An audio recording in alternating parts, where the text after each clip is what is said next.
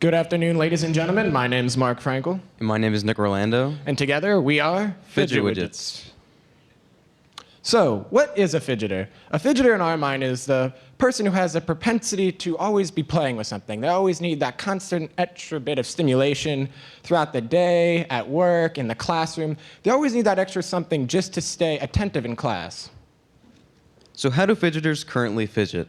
Well, today they might use anything from pen caps to mechanical pencils to paper clips, even the bezel on their watch. Literally anything within arm's reach that you could play with at school and at work. So that sounds all well and good, but Nick and I realize there's a problem here. Often when you just play with anything willy-nilly, you will break it, you will lose it, it can be loud, it can be disgusting. Everyone hates the person who's always chewing on a pencil, tapping their finger, tapping their foot, crunching up a water bottle. You can even break phone cases playing with it in your pocket, lose pencil parts. It can be bad. So, we realize there's a problem, and to fix this problem, enter Fidget Widgets. Fidget Widgets is a monthly subscription service that sends you 3 unique 3D printed plastic toys to your door for only $5 a month. These toys are durable, fun to play with, and simple at the same time. It doesn't matter if you lose or break them, because you know you'll get 3 more the next month. So now that you know the idea behind Fidget Widgets, how do you buy them? Well, currently there's one way to buy Fidget Widgets. Go online to fidgetwidgets.net and you could set up a subscription. For $5 a month, you get sent 3 fidget-worthy toys a month for free, with free shipping. So what do Fidget Widgets actually look like? Well, here are a few sample products. What you might see in a couple of months, we actually pass out a few for you to play with. So there's anything from gears to nuts and bolts to tops. We have different variations of tops and different variations of each kind of toy. Another way we could kind of keep it new for each month is with our dual extruder 3D printer, which you see right here, which means we could have multiple colors in a single print.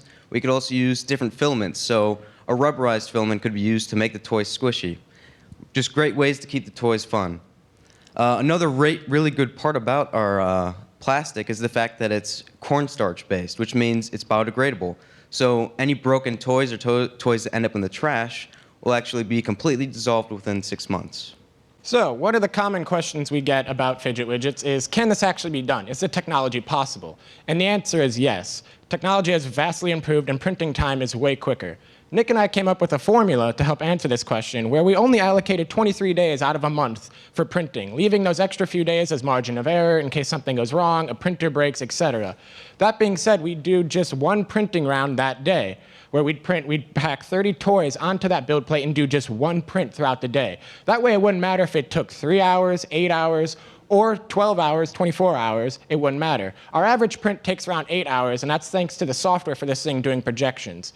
Doing that, it allows us to print 230 subscribers on a single printer. So we don't need that many printers. That being said, our cost of goods are also insanely low. The average plastic in a toy is only 6.1 grams.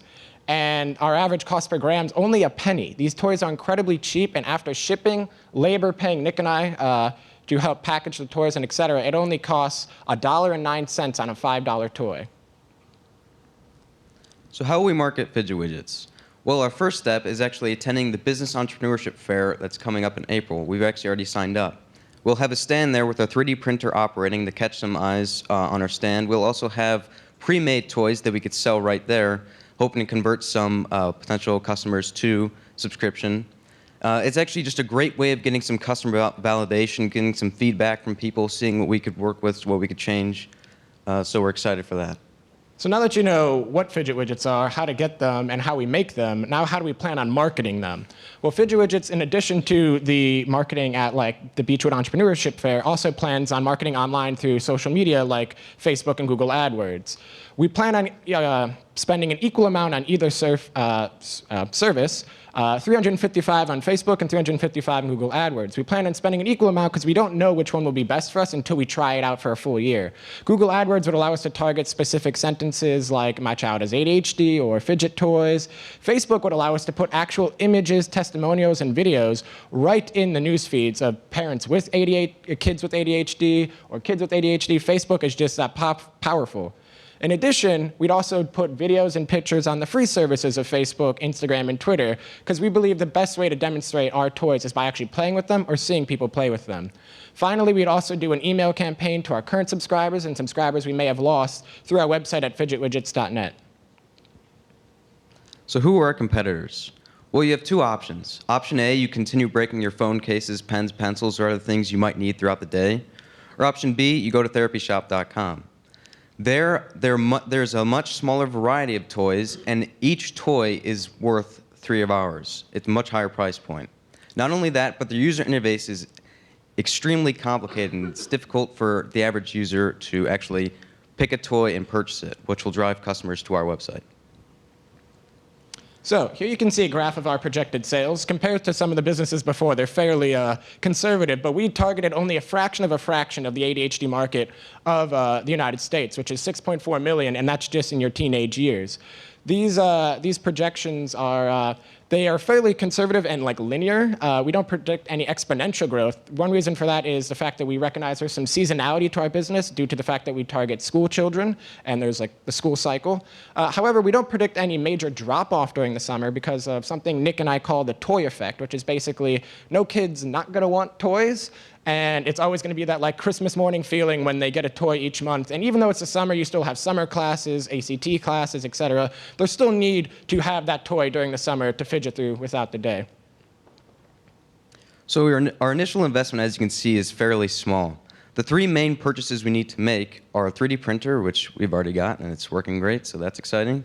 Liability insurance for the choking hazard, which has been raised a couple of times to us, and our marketing plan, which Marc has already spoken to you about. So, what are Fidget Widgets' future plans? So one thing we're very excited about is user-contributed designs. This, even though Nick and I have complete confidence that we'd be able to come up with designs for every month, mainly thanks to a site called Thingiverse that some of you may have heard of. It's a site in the 3D printing market that has thousands and thousands and thousands of free designs that are completely free to use and are where all the toys you see in front of you are from. However, we'd also like to have our users help us make designs that we can print each month. This way we can live up to our mantra, by fidgeters, for fidgeters. And it would help create not only make our lives easier from the design standpoint, but help create a lot of social media buzz and get people excited about our products. In addition, with the puzzle sphere you see there, we'd also like to have products that work together month to month. Some of the samples you see in front of you have like gears in them, and we'd like to have gears from different months work together, different nut and bolts. Since some of the products were similar, they could work together to form cool, unique toy combinations. In addition, Nick and I would also like to found Fidget Widgets LLC. This would not be Nick and I's first LLC together, and we'd be excited not only for just the name standard of it, but also on the same thing of the choking hazard label. We realize that there's some liability in giving toys that are meant to be played with, and like some people obviously put them in their mouths, and it's perfectly safe, as Nick mentioned, because of the plastic. But we'd also like to protect ourselves fully with the liability insurance, the choking labels, and the LLC. And finally, in the summer, we'd also like to go to the Young Entrepreneurship Market or other entrepreneurship fairs like Beechwood, where we'd like to sell our products, and we'd do the same thing where we'd have the printer set up so we could create buzz and really bring people to our site and like to our stand and help to sell more products and convert to online subscribers. And with that, thank you, and are there any questions?